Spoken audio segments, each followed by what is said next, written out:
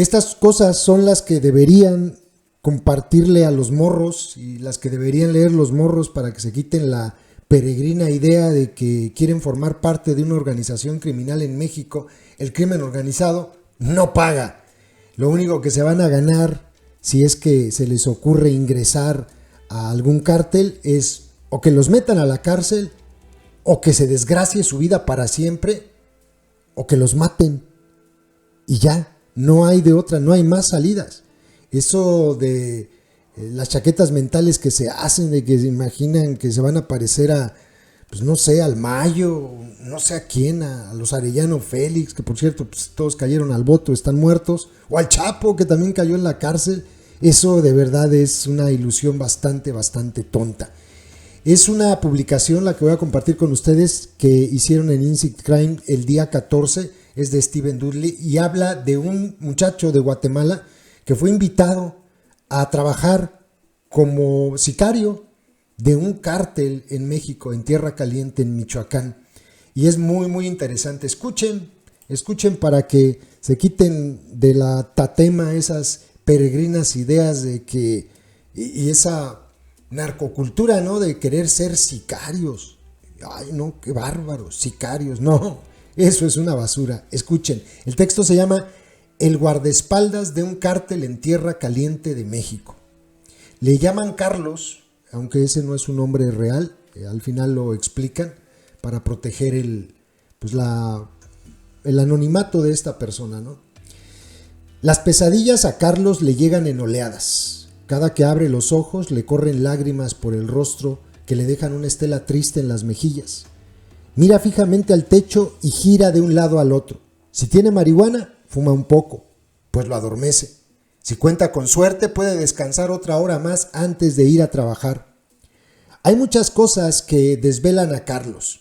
Sus 2 hijos que viven en 2 países diferentes, su antiguo jefe, cuyo apodo Cherry le quita las ganas de pelear, las autoridades migratorias estadounidenses que lo conocen bastante bien, pues lo han deportado 5 veces. Pero más que nada, la imagen que se le viene a la mente cuando despierta es una pierna moribunda y temblorosa que tuvo que cortar para demostrar su lealtad a una organización criminal mexicana. ¡Qué puto horror! Es algo larguito el texto, pero continuemos. Entre tanto, su mente hace un recorrido por las decisiones que tomó y que lo llevaron a este punto.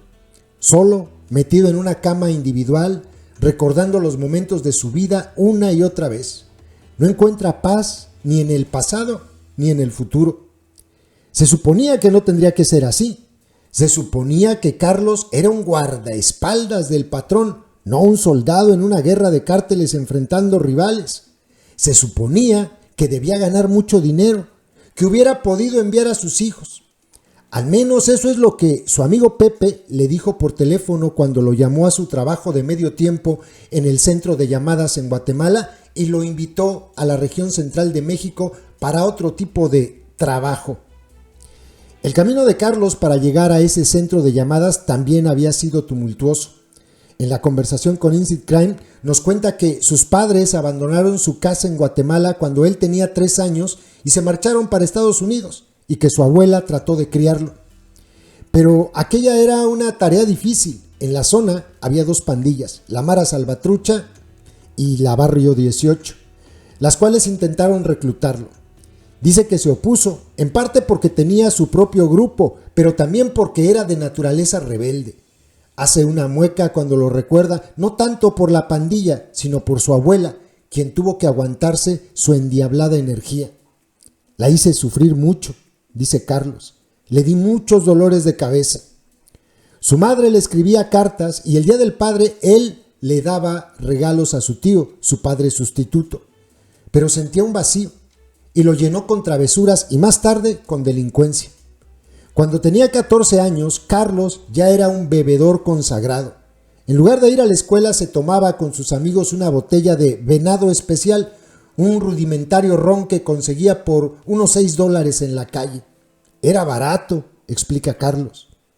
Deambulaba borracho por el barrio, cometiendo actos vandálicos, pintando grafitis e inmiscuyéndose en peleas. Nos mostró las cicatrices de la cara y los brazos, una historia de riñas tallada para siempre en su piel. Cuando cumplió 17 años, su abuela ya no podía más. Si te quedas aquí, le decía, vas a morir. Ella llamó a su madre, quien fue de visita en unas vacaciones. Carlos fue a su encuentro con una gran comitiva. Luego de atravesar los controles de seguridad del aeropuerto, su hermana y su tío, que habían emigrado a Estados Unidos unos años antes y habían viajado con su madre, lo abrazaron. Luego permaneció quieto. Recuerda que su madre lo miró intrigada. ¿Ese es tu hijo?, le dijo el tío. ¿Ese es mi hijo?, preguntó mirando al tío y luego le lanzó una mirada. ¿Eres mi hijo? Carlos se estremeció. Se sentía avergonzado y triste. Aún le duele recordarlo. Qué fuerte que su mamá no se haya acordado de él. Qué fuerte. Su madre pasó Navidad y Año Nuevo con ellos ese año. 2 meses después, ella le pagó un coyote para que lo llevara a Estados Unidos. Tenía 18 años. La escuela no estaba dentro de sus opciones, dice, por lo que consiguió un trabajo puliendo mesones de granito, jacuzzis y otros enseres. Allí conoció a otros muchachos como él, entre ellos un mexicano del estado de Michoacán llamado Pepe. Ambos comenzaron una amistad de por vida que los llevaría a cruzarse con varias organizaciones criminales violentas en ese estado mexicano. A Carlos le gustaba su trabajo y trataba de enderezar su vida, pero había distracciones. Poco después se vinculó a una pandilla de las muchas que había por toda la costa oeste. La banda hacía parte de los Sureños, nombre que agrupa a docenas de pandillas callejeras que siguen las órdenes de una violenta pandilla carcelaria conocida como la mafia mexicana. Aunque no lo sabía en ese momento, fue una decisión oportuna. Aunque trabajaba, también continuó bebiendo, de fiesta y participando en peleas. Fue arrestado por primera vez a los 20 años con unos gramos de cocaína, según muestran los documentos judiciales. Como parte de un acuerdo de culpabilidad, los fiscales le otorgaron la libertad después de haber pasado varios meses en una prisión estatal y lo entregaron a las autoridades de inmigración de Estados Unidos, las cuales lo deportaron. Sin embargo, un mes después de ser enviado a Guatemala, regresó a Estados Unidos con la ayuda de otro coyote. A los 18 meses volvió a ser arrestado, esta vez por conducir embriagado. Dice que entonces tenía una esposa con 2 meses de embarazo. Su hija nació 7 meses después, pero él estaba en una cárcel estatal cumpliendo su sentencia. Un mes después, las autoridades lo deportaron de nuevo. Pero ya entonces su familia estaba cansada de contratar coyotes. Entonces solo le transfirieron $100 y fue así como recurrió a la bestia, como se le conoce a los trenes de carga que viajan desde el sur de México hasta Estados Unidos. Este viaje es mucho más barato, pero también mucho más peligroso. Los que viajan en la bestia se ven enfrentados a robos, violaciones, extorsiones, secuestros y accidentes. Carlos perdió el primer tren que pasó, pero agarró el segundo y logró llegar hasta Estados Unidos una vez más. Unos meses más tarde fue arrestado nuevamente por conducir embriagado. Pasó los siguientes 11 meses en una prisión estatal antes de que lo deportaran otra vez y volvió a regresar con el método barato. Unos meses más tarde lo arrestaron una vez más. Como era la 5ª vez que lo arrestaban por ingresar de manera ilegal, el juez ya no le interesaban acuerdos de culpabilidad ni deportaciones rápidas. Por el contrario, sentenció a Carlos a 21 meses de prisión en una penitenciaría federal. Desde el momento en que llegó, supo que esta vez iba a ser diferente. Un grupo de prisioneros latinos lo interrogaron sobre su pasado y examinaron sus tatuajes. Le explicaron que, como hacía parte de los sureños, sería soldado de la mafia mexicana. Carlos se ajustó a las reglas, hacía su cama, se duchaba regularmente, mantenía su ropa bien limpia y planchada y hacía calistenia por las mañanas. O te calmas para hacer bien las cosas o haces bien las cosas, dice Carlos, refiriéndose a la prisión federal. No hay opción. Tras salir de la prisión federal, Carlos fue deportado a su país de origen una vez más. Se había divorciado de su primera esposa y se involucró con otra mujer. Tuvieron un hijo y se casaron. Pero para Carlos era difícil mantener a su familia. No lograba conseguir trabajo y los que conseguía eran temporales. Dice que los empleadores se espantaban al ver sus tatuajes. Dice que en todas partes llamaba la atención de las pandillas callejeras que lo veían como una amenaza. Así que se fue con su mujer para su ciudad natal, una ciudad más pequeña donde no había tantas pandillas. Pero allí también era difícil encontrar trabajo. A veces pintaba casas con el tío de su esposa, pero ganaba muy poco, entre 40 y 50 dólares por una semana de trabajo. Cuenta que robaba cuando había poca comida y que desesperado por aquella situación se fue para México y pidió asilo, pero lo devolvieron en cuanto vieron sus tatuajes. Finalmente consiguió trabajo en un centro de llamadas en Guatemala. Su inglés es bastante bueno para alguien que fue por primera vez a Estados Unidos cuando tenía 18 años. El centro administraba llamadas de bancos y distribuidores de dispositivos electrónicos. Sin embargo, dice que con el pago apenas llegaba a fin de mes. Su familia estaba pasando hambre y su relación con su segunda esposa se estaba deteriorando. Entonces, un día recibió una llamada. Al otro lado de la línea estaba Pepe, su amigo de Michoacán. Los dos se habían mantenido en contacto desde que se conocieron en California puliendo granito de mesones y jacuzzis. Ambos habían seguido caminos similares. Al igual que Carlos, Pepe había sido arrestado por cargos relacionados con drogas en Estados Unidos. Pasó casi 10 años en prisión y había sido deportado a su país de origen. Y al igual que Carlos, había seguido relacionado con la criminalidad. Incluso le había enviado dinero a Carlos en varias ocasiones cuando pasaba por momentos difíciles y Carlos le había dicho que le gustaría irse a trabajar con él. Era como mi hermano para mí, expresa Carlos. A diferencia de Carlos, Pepe no había intentado establecerse en Estados Unidos. Por el contrario, aprovechando los contactos que había hecho en el sistema penitenciario de Estados Unidos, se había convertido en un importante intermediario de metanfetaminas en Michoacán. Compraba drogas en el área y luego utilizaba una red de transporte para llevar esas drogas a Estados Unidos. Era, en efecto, un intermediario independiente, una profesión cada vez más peligrosa dados los enfrentamientos casi constantes en Michoacán. Por ese motivo, Pepe conocía a importantes vendedores de metanfetamina, entre ellos un capo local al que llamaremos Cherry, Cereza. Al igual que muchos otros traficantes de Michoacán, Cherry había comenzado como ejecutor a una edad temprana. En el área abundan los pistoleros, pero Carlos dice que Cherry logró destacarse por su habilidad, su gusto por las riñas y su liderazgo. Los informes de la prensa local sobre él lo confirman. Carlos dice que lo apodaban Cherry porque, a pesar de su reputación, era dulce como una cereza. Con el tiempo, Cherry conformó su propio mini ejército y comenzó a venderle metanfetaminas a Pepe, quien a su vez se las vendía a grandes intermediarios en las calles a través de sus contactos en la prisión de Estados Unidos. Cherry también estableció sus propios contactos en Estados Unidos, a quienes les vendía metanfetamina directamente. Tanto Cherry como Pepe tenían sus propios transportistas y especialistas en logística. Así era como funcionaba el negocio. Una diversidad de grupos criminales grandes y pequeños, intermediarios, transportistas, operadores logísticos y mayoristas que interactuaban a lo largo de una extensa región.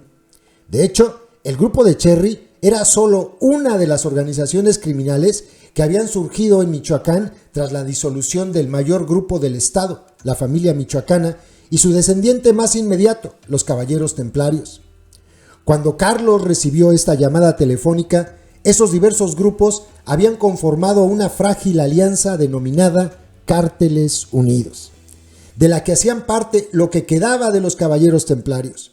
Muchos de ellos se hacen pasar por justicieros que luchan contra el crimen y algunos incluso garabatean la palabra autodefensas en los costados de sus vehículos, pero Carlos piensa que todos son grupos criminales. Aparentemente se unieron para detener la incursión de otro grupo criminal, el Cártel Jalisco Nueva Generación, una de las mayores organizaciones narcotraficantes de México. La lucha entre ellos tiene que ver tanto con los negocios como con lo personal. Uno de los líderes de Cárteles Unidos presuntamente le robó drogas al máximo líder del cártel Jalisco Nueva Generación, Nemesio Ceguera Cervantes, alias El Mencho. El Mencho también es de Michoacán y al parecer está tratando de establecer el dominio sobre lo que durante mucho tiempo ha considerado su territorio. Cuando habla del Mencho, Carlos menciona un narcocorrido, género musical que ensalza el crimen.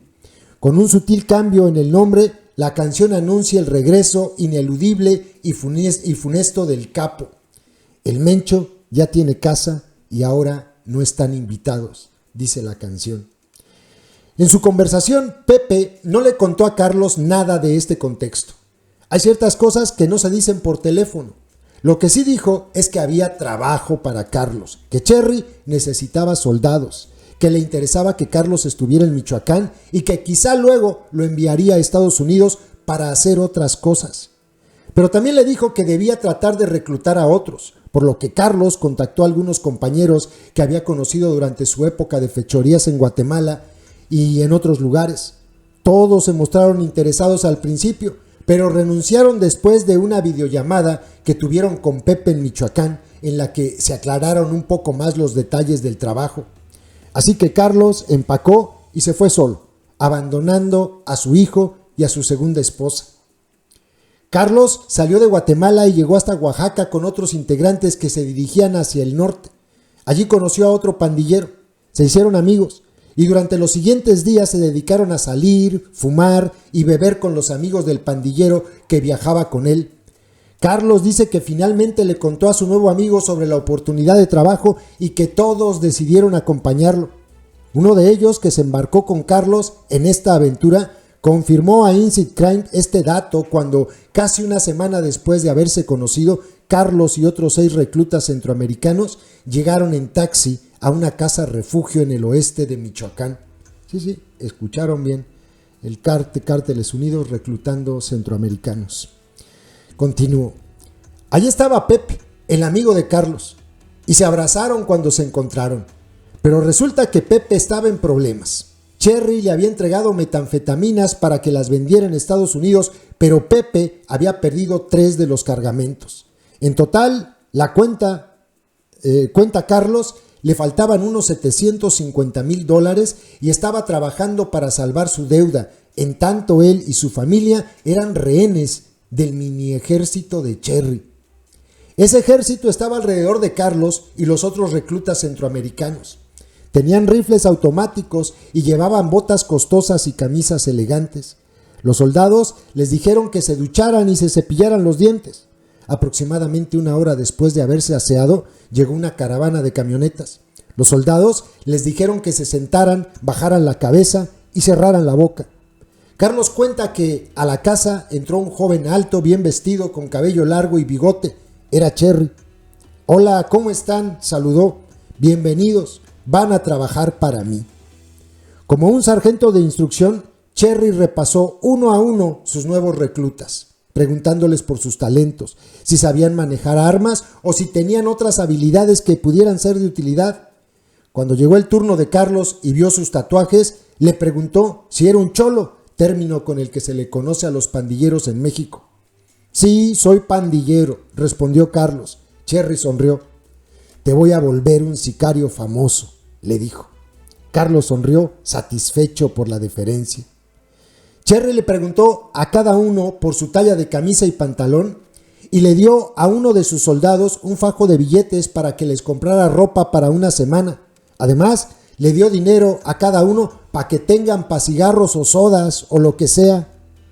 Al día siguiente, los nuevos reclutas se subieron a unas camionetas y vehículos 4x4 que los llevaron a un bosque a solo 15 minutos del refugio.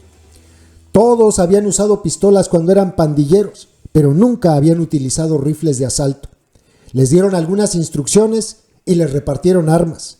Carlos cuenta que Cherry le dio un fusil M16 y le dijo que era suyo, que debía tenerlo con él todo el tiempo y que incluso debía dormir con él. Luego comenzaron a practicar tiro. La potencia del arma asustó a Carlos, pero también le causó fascinación. El patrón, como Carlos se suele referir a Cherry, ofreció $5,000, unos $250 estadounidenses, al que pudiera atinarle a un objetivo desde cierta distancia. Carlos dice que nadie lo logró y regresaron al refugio. Allí, Carlos compartía habitación con varios compañeros y cuando le tocaba hacer guardia, dormía sobre un delgado colchón tendido en el suelo. Cuando no había mucho que hacer, los otros soldados y su comandante les enseñaban más sobre las armas, cómo cargarlas y descargarlas y cómo mantenerlas limpias. Como se le había indicado, Carlos dormía con su M16 junto a su almohada. Poco después se hizo un tatuaje de un animal que le gustaba a Cherry. Sus compañeros se hicieron el mismo tatuaje. Aquella era una señal de su lealtad, pero más adelante también los identificaría y los pondría en peligro. Rápidamente comenzaron a tener una rutina. Debían acompañar a Cherry en sus rondas. Cuando se detenía para reunirse con alguien, los 8 o 10 que lo acompañaban se dispersaban en un radio de entre 30 y 50 metros. Por lo general, tenían al menos un vigía que se ubicaba un poco más lejos y que podía notificarles por radio de cualquier movimiento importante de los rivales o de las autoridades, por lo que incluso cuando no estaban en servicio tenían que estar atentos al radio. A veces asistían a reuniones más grandes con los otros grupos criminales. Carlos cuenta que en una de esas reuniones los grupos decidieron prohibir el robo de automóviles y la venta de cristal de metanfetamina en la zona, dado que el consumo de la droga estaba aumentando y causando problemas familiares y un ligero aumento en la delincuencia. Para equilibrar las cosas, determinaron que solo podían vender metanfetaminas en Estados Unidos a $2,800 el kilo. Cuando no estaba el patrón, se le asignaban otras áreas como vigilar una casa donde había drogas o dinero o ambas cosas. Los días eran largos e impredecibles. Carlos debía mantener encendidos su teléfono y su radio y debía estar listo para responder, especialmente si los vigías anunciaban la presencia de otros grupos o de las autoridades. Además, cuenta que había reglas. Podían fumar marihuana, pero a los soldados como Carlos no se les permitía consumir metanfetaminas. Violar mujeres estaba estrictamente prohibido y debían respetar a los civiles, incluso evitar interactuar con ellos en la medida de lo posible. Tampoco podían interactuar con las otras organizaciones criminales en el área y no debían publicar nada en las redes sociales. Cherry solía llamarlos al azar para revisar sus teléfonos. Había repercusiones para quienes rompían esas reglas. Cuando uno de los reclutas centroamericanos publicó fotos de sí mismo con rifles de asalto, varios soldados lo ataron, le pusieron una bolsa en la cabeza y la sujetaron alrededor de su cuello para que no pudiera respirar. Liberaron la presión cuando ya parecía que iba a desmayarse, solo para repetir la operación cuando había recuperado el aliento. Carlos dice que lo hicieron 5 veces, después de lo cual retiraron la bolsa y lo soltaron.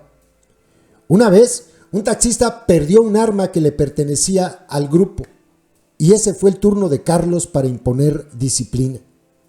Dice que tuvo que llenar una manguera con arena y golpear al conductor con ella en posición fetal. Para Carlos, aquella fue una forma de demostrar su compromiso. Dice que el taxista pasó varios días en el hospital. Aún así, Cherry era generoso. No les pagaba mucho, unos 3,000 pesos mexicanos a la semana, cerca de $150. Pero además de vivienda, les daba ropa y buena comida. En palabras de Carlos, la cual era traída desde la ciudad más cercana. Y cuando Carlos le dijo al patrón que su hijo estaba enfermo, Cherry le dio dinero para que se lo enviara a su familia en Centroamérica. Ocasionalmente, el patrón también enviaba botellas de whisky Buchanan's, marihuana y trabajadoras sexuales a la casa refugio. Carlos dice que aquello se parecía al video de un narcocorrido. «Órale», les decía Cherry, señalando a las mujeres. «Agarren, están pagadas». Todo marchaba bien, pensaba Carlos. Unas semanas después de su llegada, Cherry habló con Carlos. «Entonces, ¿vas a pelear?». Carlos sabía a qué se refería. Los otros grupos de cárteles unidos le estaban pidiendo a Cherry que hiciera su parte en la guerra contra el cártel Jalisco Nueva Generación. Carlos pensó que de todas formas lo obligarían a ir, así que se ofreció como voluntario. «Sí», le respondió. Carlos recogió sus cosas, el M16 que Cherry le había regalado, un chaleco antibalas y pantalones de camuflaje. Dice que antes de irse le preguntó a su comandante si les iban a dar algo para mantenerse alerta, para estar listos para la pelea, su comandante hizo una pausa. ¿A qué te refieres?, le preguntó bruscamente. Pues que si nos van a dar drogas para no dormir, respondió Carlos. Si me estás preguntando si vamos a andar bien locos, la respuesta es sí. Andamos bien locos para no dormir, pero no tenemos cristal de metanfetamina, solo cocaína y mucha marihuana. Poco después, Carlos y otros 6 soldados se fueron para una finca de producción de limones abandonada donde otros 50 soldados de Cárteles Unidos habían puesto trincheras y otras barricadas improvisadas. A poco menos de 1 kilómetro de distancia estaban los Jaliscos, es decir, los miembros del cártel Jalisco Nueva Generación. Se habían reunido detrás de sus propias barricadas y trincheras. Cada bando tenía francotiradores que blandían rifles de asalto calibre 50, así como un puñado de soldados con AR-15, M16 y AK-47. Tenían además lo que llamaban monstruos, volquetas y otros vehículos de tamaño similar que habían convertido en tanques como de Mad Max, algunos de los cuales tenían torretas. Pero los Jaliscos tenían muchos más monstruos que los Cárteles Unidos. Para detenerlos, estos últimos hicieron agujeros en las carreteras o las agrietaron con la ayuda de retroexcavadoras. Carlos dice que además enterraron grandes artefactos explosivos improvisados que detonarían cuando los monstruos pasaran. Cuando todo lo demás fallaba, disparaban sus calibres 50 y rifles de asalto hasta que se quedaban sin balas. Los Jaliscos, además, tenían drones que usaban para lanzar granadas de 60 milímetros en las trincheras. Las granadas estaban diseñadas para detonar en el impacto, destruyendo lo que hubiera en un radio de 30 metros. Carlos dice que, en un intenso estado de alerta, escuchaban a los drones constantemente. Aquello era agotador, especialmente al principio. Aún así, Carlos recuerda que los combates eran esporádicos y en la finca se escuchaban disparos en la noche durante un par de horas, pero luego reinaba el silencio durante el día. Tenían además bastantes suministros. Carlos cargaba en el pecho 6 cartuchos con 30 municiones cada uno y otros 12 cartuchos a la mano. Además, tenía ayudantes que les traían buena comida del municipio cercano, así como refrescos, jugos, cigarros y por supuesto marihuana y cocaína. No todos seguían las reglas. Carlos cuenta que una vez uno de los soldados tomó cristal de metanfetamina. Al principio se veía bien, solo que más alerta de lo normal, pero unas horas después comenzó a ver cosas, un dron, un monstruo, incluso una vaca que llevaba un rifle de asalto. Después golpeó a otro soldado en la cara con el rifle y le causó graves heridas. Alterado, corrió hacia el bosque, pero fue alcanzado por un grupo de compañeros a pocos kilómetros y lo llevaron de nuevo al grupo. Carlos pudo escuchar por el radio que el soldado que había tomado metanfetaminas iba a ser castigado y preguntó que si podía estar presente. Al igual que con la paliza al taxista unas semanas antes, aquella fue una forma de demostrar su compromiso con el grupo. Su comandante aceptó, y Carlos pudo observar cómo golpeaban violentamente al soldado drogado. Dice que luego fue ejecutado, pero él no presenció la ejecución. El grupo de Carlos hizo un viaje de 3 días, después de lo cual regresaron, descansaron y retomaron las tareas habituales. Unas semanas más tarde hicieron otro viaje de 3 días. Eventualmente los viajes se extenderían hasta cerca de 7 días, pero a él no le importaba. Las tareas en el frente seguían siendo las mismas y hubo un aumento de salario, 4,000 pesos, unos $200 a la semana en lugar de los 3,000 pesos de antes. Sin embargo, tras su segundo mes en la primera línea, algo cambió. Uno de los soldados escuchó un zumbido y comenzó a gritar «¡Dron! ¡Dron! ¡Dron!». Algunos se pusieron en alerta, mientras que otros observaban el cielo desde el refugio, lanzando disparos hacia el cielo con sus rifles de asalto hasta que escucharon un largo zumbido seguido por un golpe.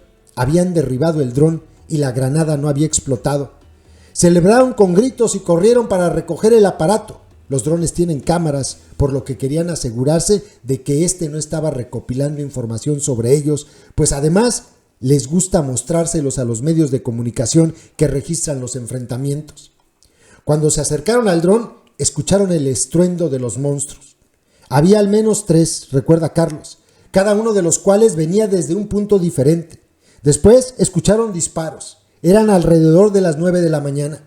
Los combates se prolongaron durante horas. Según cuenta Carlos, algunos combatientes hacían disparos al aire como locos, pero él, por el contrario, dice que trataba de disparar cuando veía un enemigo y de ponerse a salvo cuando los Jaliscos y sus monstruos lanzaban ráfagas de balas. Yo ya había comenzado a aceptar que iba a morir algún día, dice Carlos. En Michoacán, en lugar de decir ojo por ojo, dicen vida por vida.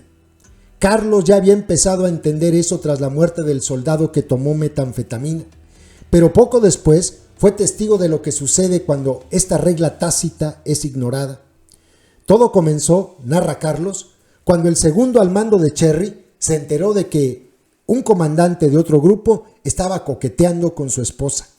El otro grupo era más fuerte que el de Cherry y tenían aliados poderosos, pero este tipo de detalles se suelen ignorar, sobre todo cuando se desafía la virilidad de alguien. El esposo celoso condujo hasta donde se encontró al comandante del otro grupo, se bajó del vehículo y, según le dijo más tarde a Carlos, puso su rifle de asalto en automático y dejó que se descargara. Después de 40 rondas de municiones, el comandante del otro grupo que había estado coqueteando con su esposa nadaba en un charco de su propia sangre. El grupo del comandante muerto exigía vida por vida, por lo que Cherry entregó a regañadientes a su lugarteniente. Lo torturaron durante varias horas, golpeándolo con cadenas. Luego, el jefe del otro grupo le disparó en el pie y, para sorpresa de todos, dejó que se marchara. El grupo de Carlos lo llevó a la casa refugio, pero el jefe del otro grupo se arrepintió de su decisión y pidió que lo volvieran a llevar para acabar con él. Cherry dijo que no sabía dónde estaba. Cherry sabía cuáles eran las consecuencias de sus palabras, pues había estado teniendo pequeñas disputas con el otro grupo, en parte por celos profesionales. Cherry era joven y había llegado a acumular bastante poder en poco tiempo, en términos tanto del tamaño de su ejército como de la cantidad de dinero que ganaba. Según Carlos, Cherry tenía unos 50 soldados, menos que su rival, pero muchos más que otros comandantes de su edad. Además tenía sus propios conductores y blanqueadores de dinero, quienes se aseguraban de que ganara cerca de $250,000 por cada carga de drogas que enviaba a Estados Unidos. Las cargas de metanfetamina eran abundantes. Carlos dice que parecía que Cherry enviaba carros constantemente hacia el norte, por lo que el dinero también llegaba en abundancia. Además de darles whisky y prostitutas a sus soldados, Cherry financiaba fiestas locales y les daba dinero a las personas que lo ovacionaban cuando caminaba por las calles. Surgieron muchos narcocorridos. El hecho de no haber entregado a su lugarteniente y de hecho haber roto la regla sagrada de vida por vida fue la gota que colmó la copa del líder del grupo rival. El grupo de Cherry se dispersó. ¿Dónde están todos? Carlos escuchó que preguntaba a uno de sus comandantes por el radio. Agarren sus rifles, agarren todos los tiros y pónganse verga porque tal vez les van a caer. Esa noche, varios camiones recogieron a Carlos y a la mayoría de los otros soldados y los llevaron a un pueblo cercano. Se quedaron en una finca de producción de limones abandonada que estaba al mando del líder del otro cártel. Cherry se reunió con ese líder, quien aceptó que Cherry regresara al área con la condición de que disolviera su mini ejército, entregara todas sus armas y le diera un porcentaje de las ganancias de su venta de metanfetaminas en Estados Unidos. Más tarde, Carlos se enteró de que el acuerdo también consistía en dejar que el jefe agraviado matara a los centroamericanos.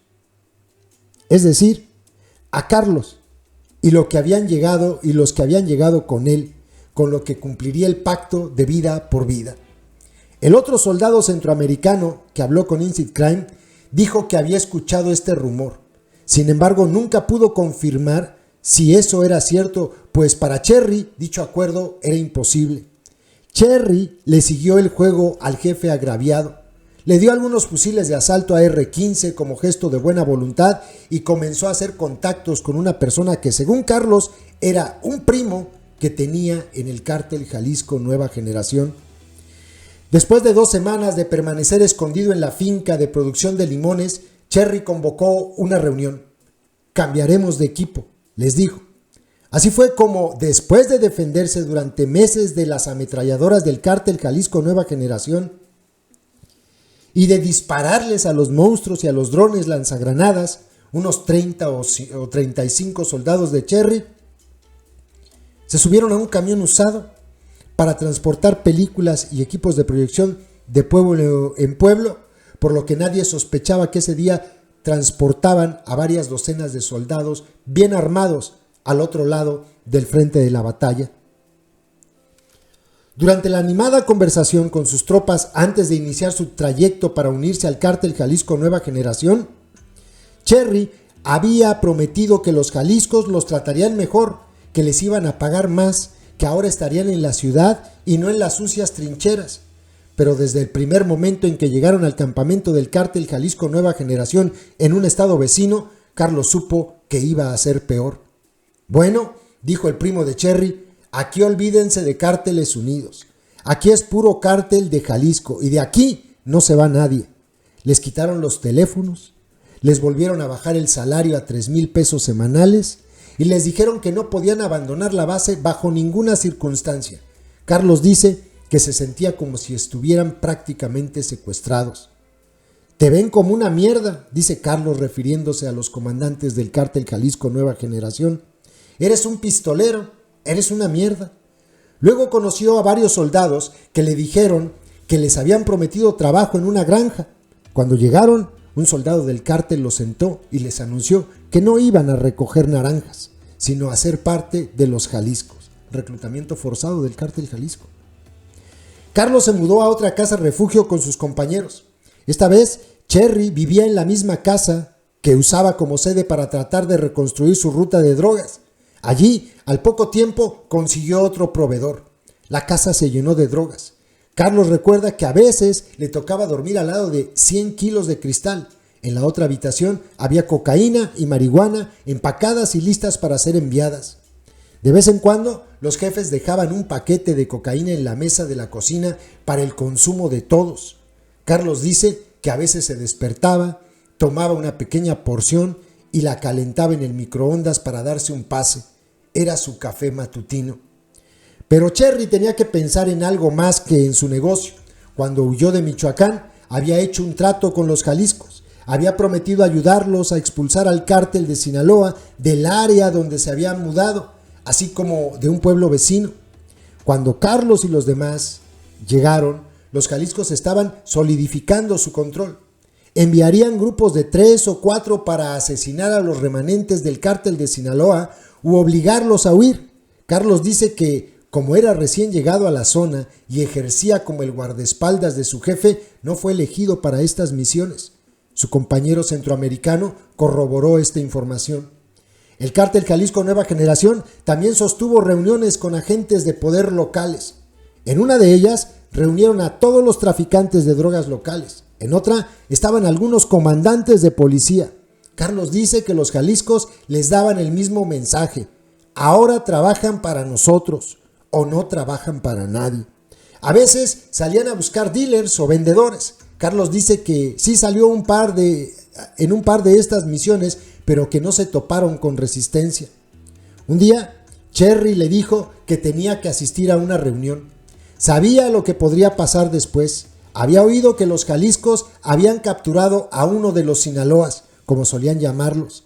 Era un mensajero de bajo nivel, pero lo habían estado torturando durante 3 días y Cherry lo había invitado a asistir a la ejecución.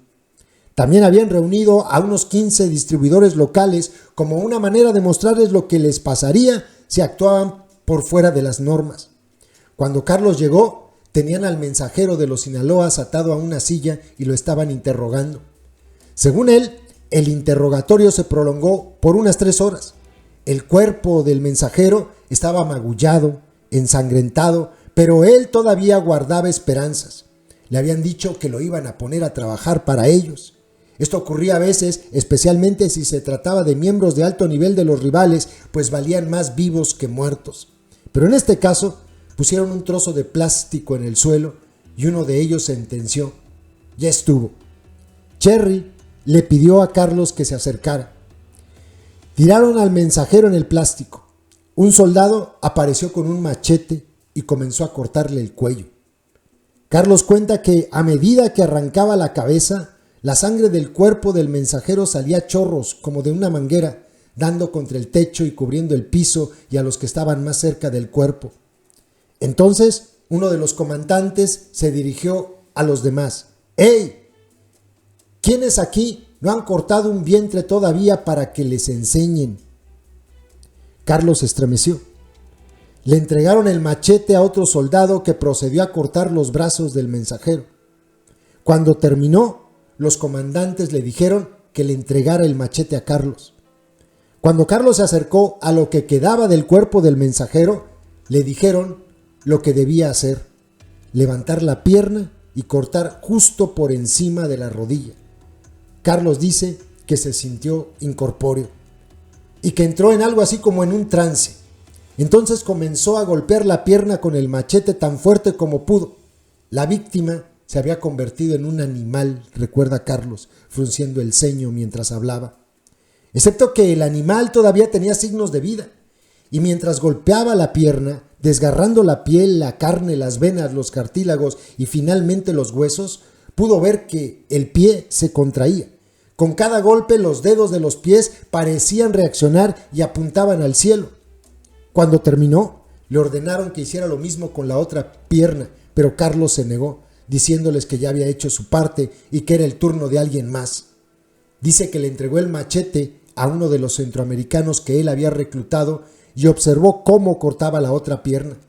Este fue el soldado centroamericano que corroboró gran parte del relato de Carlos. Cuando terminó, Carlos intentó limpiarse, pero no logró quitarse de las manos el aceite del mensajero, que, según dice, cubría sus manos y su cuerpo.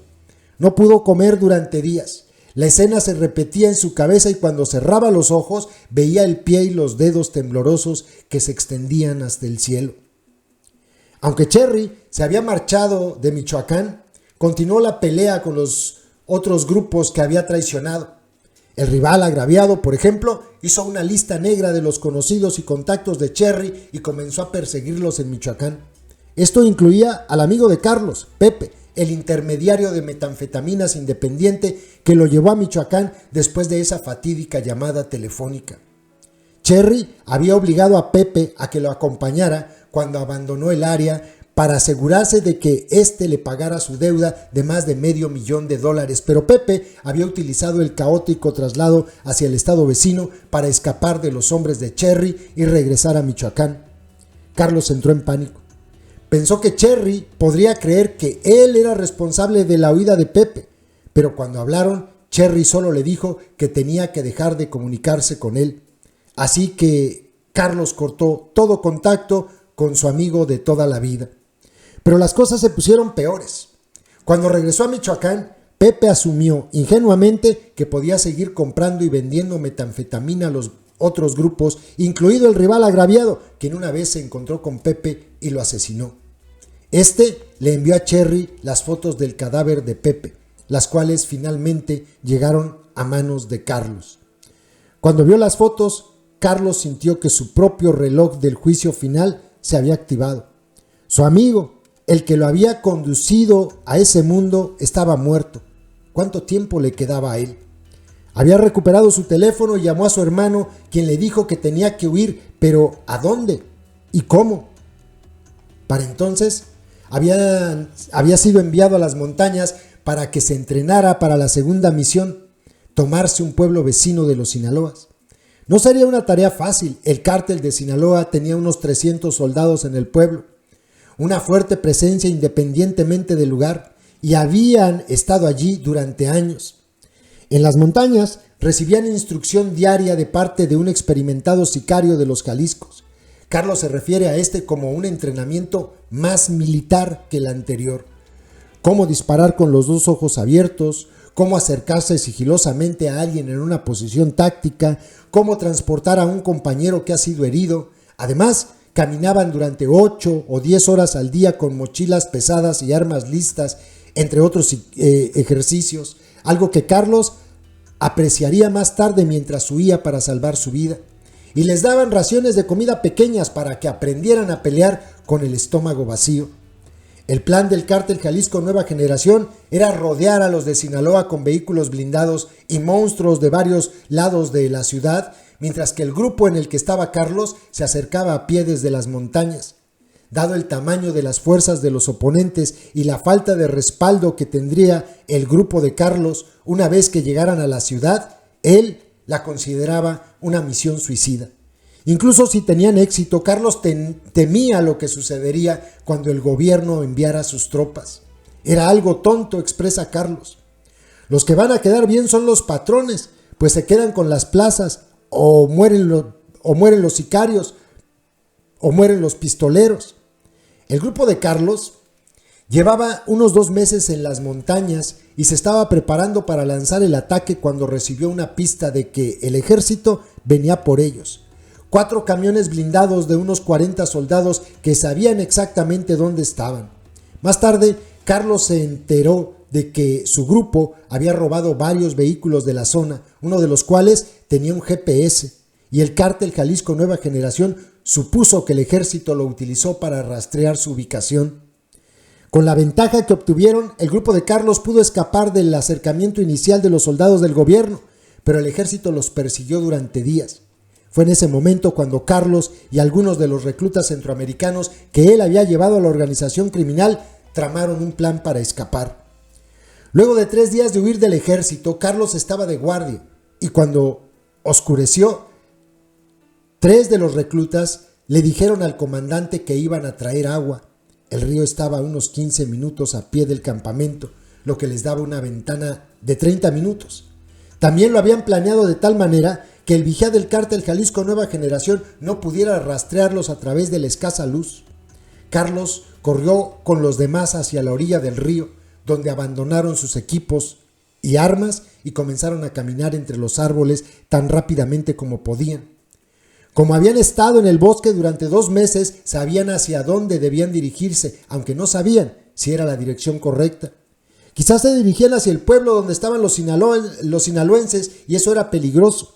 Entre otras cosas porque varios tenían el mismo tatuaje del animal que le gustaba a su jefe y que los vinculaba a los rivales. O quizás regresaban a Michoacán, donde los grupos seguramente los cortarían en pedazos por haberse unido a los Jalisco.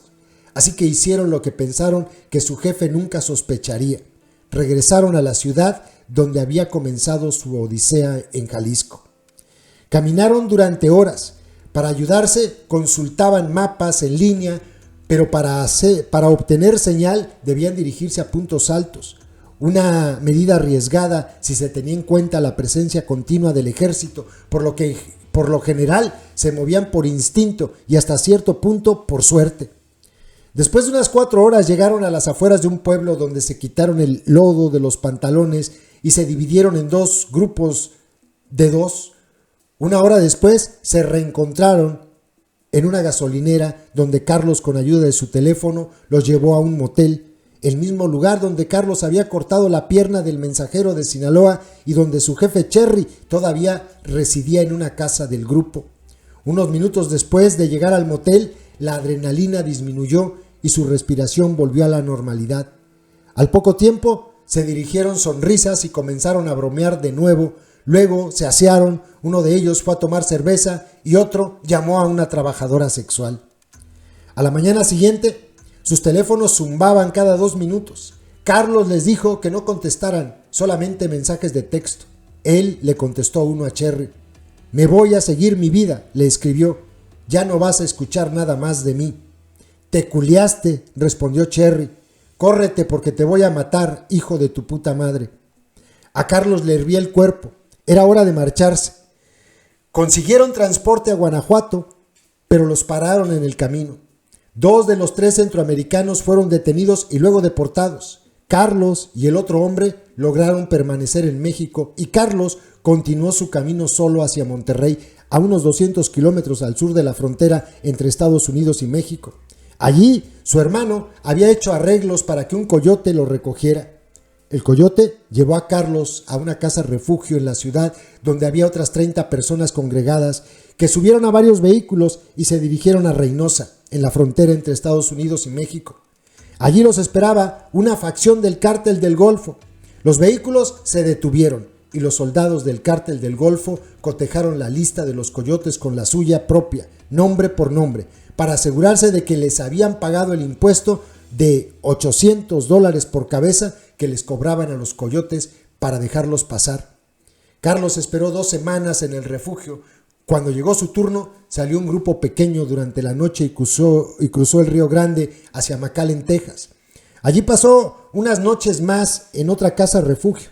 Una noche, los coyotes le dieron unas latas de atún y una jarra de agua, y él se marchó con un grupo de 11 personas, más sus 2 guías, para cruzar el desierto de Texas. El grupo caminaba durante la noche. Carlos se sentía cansado, pero debido al entrenamiento que había recibido con el Cártel Jalisco Nueva Generación en los montes, era más fuerte que los demás. Durante el día, descansaban en áreas donde las cámaras y los drones que patrullan constantemente la frontera de Estados Unidos no podían detectarlos. 4 días después, mientras el sol salía pesadamente por el horizonte, llegaron al punto de recogida, una carretera desolada que se extiende a través de las llanuras de Texas. Poco después, llegó una sub grande y se metieron en ella. Carlos se sentía agotado, se quitó los zapatos y dormía de manera intermitente, aunque era difícil. Tenía calambres en las piernas y se estaba congelando. Después de 5 horas, el conductor habló por teléfono y le dijo a alguien al otro lado de la línea que estaban en Houston. El conductor los llevó a lo que Carlos presumía que era la siguiente casa refugio. Allí se suponía que debían ponerse en contacto con sus familiares y que los coyotes debían cobrar la segunda parte del pago para dejarlos marchar. Pero cuando los 2 guías y el conductor se bajaron, alguien más se puso al volante y comenzó a conducir bruscamente. Después de cierto trayecto, el nuevo conductor les dijo a los migrantes que todo estaba bien, que esto hacía parte del proceso, pero comenzaron a mirarse con los ojos muy abiertos. Entonces el conductor tuvo una conversación telefónica y ahora en inglés comenzó a decirle a alguien: tengo el camión, estoy en camino. Carlos se dio cuenta entonces de que se trataba de un secuestro. Comenzó a ponerse los zapatos y discretamente le señaló a los demás que hicieran lo mismo. El conductor, entre tanto, puso el teléfono a un lado y continuó diciéndoles a los migrantes que todo estaba bien, que pronto les conseguiría algo de comida. Cuando llegaron a un complejo de apartamentos, el conductor detuvo el automóvil, salió y les dijo a los migrantes que no se movieran, que pronto regresaría. Cuando estaba fuera de la vista, los migrantes abrieron las puertas del carro y empezaron a correr en varias direcciones. Carlos cuenta que corrió tan rápido como pudo durante unos 3 minutos. Luego se detuvo por temor a que, debido a su apariencia y a que estaba corriendo, llamara la atención de la policía y de los funcionarios de inmigración. Llamó a su hermano y le contó lo que había sucedido. Luego se dirigió a un centro comercial donde alguien que su hermano conocía lo recogió y lo llevó a un restaurante guatemalteco. Estaba muerto de hambre. Pidió un plato con bistec, pollo y camarones. 3 días después, Carlos se duchó, se afeitó y se puso ropa limpia. Estaba con su hermano, quien le dijo que pasarían por la casa de un amigo a recoger unas mesas para una fiesta y que necesitaban su ayuda. Recorrieron en coche una corta distancia hasta un complejo de apartamentos. Abrieron la puerta y subieron las escaleras hasta el apartamento. Su hermano iba delante, pero cuando Carlos entró, vio que su familia estaba allí para darle una sorpresa. Allí estaba su madre, su hermana y su hija de 12 años. Un video de la escena muestra que la sala quedó en silencio mientras él miraba y le brotaban lágrimas de los ojos. Abrazó a su madre y a su hermana. Luego abrazó a su hija fuertemente. Habían pasado 10 años desde la última vez que la había visto. Sin saberlo, había repetido el patrón que su madre había establecido. Esa idea lo asaltó más tarde, provocándole una nueva serie de lágrimas. Poco después, consiguió un trabajo de medio tiempo puliendo granito de mesones y jacuzzis nuevamente. Con los $2,400 que gana al mes, paga una habitación, compra comida y consigue porciones de marihuana que le ayudan a dormir. Dice que lo que le queda se lo envía a su hijo en Guatemala, que ahora tiene 3 años, pero se le dificulta conectarse con su hija de 12 años. Durante las primeras semanas, miraba constantemente por la ventana. Con el tiempo, su temor a un ataque sorpresa se disipó. De lo que no se puede deshacer, sin embargo, es de los recuerdos de esa pierna temblorosa y de esos dedos que apuntaban al cielo. Dice que su objetivo es obtener el estatus migratorio legal en Estados Unidos, pero sabe que es un largo camino. Sus registros judiciales, a los que Inside Crime tuvo acceso, muestran que ha sido deportado 5 veces y tiene una larga lista de actos criminales. No obstante, tiene esperanzas, pues estos casos ya han sido juzgados. También sabe que su ex jefe, Cherry, todavía lo está buscando. Le había enviado un mensaje de voz poco antes de nuestra entrevista. ¿Qué onda, pelón?, le dijo Cherry. ¿No que es muy chingón? Mira con la mamada que me saliste. ¿Sabes qué? Te voy a matar. Este es el texto, coloca Inside Crime después una explicación. Dice, por razones de seguridad, Inside Crime no usa el nombre real de Carlos. Además, hemos ocultado nombres de lugares y cambiado los nombres de otras personas con las que el protagonista interactuó, incluidos su amigo y su jefe. Corroboramos gran parte de la historia con una persona que estuvo en México con Carlos. También utilizamos documentos judiciales, mensajes de texto, videos personales y fotografías proporcionadas por el protagonista, así como videos de YouTube y noticias, con el fin de corroborar otras partes de la historia. Hemos tratado de indicar dónde hay detalles que no pudimos corroborar o que dependían del relato del protagonista, poniéndolos en su propia voz. Esto es el crimen organizado. Es desgraciarle la vida a alguien. Para siempre. Para que se la piensen. Las fotografías que vieron son las que esta persona, Carlos, le entregó a Inside Crime como prueba de lo que estaba diciendo. Es muy fuerte. Para que se la piensen. De estas cosas hay que hablar con los chavos.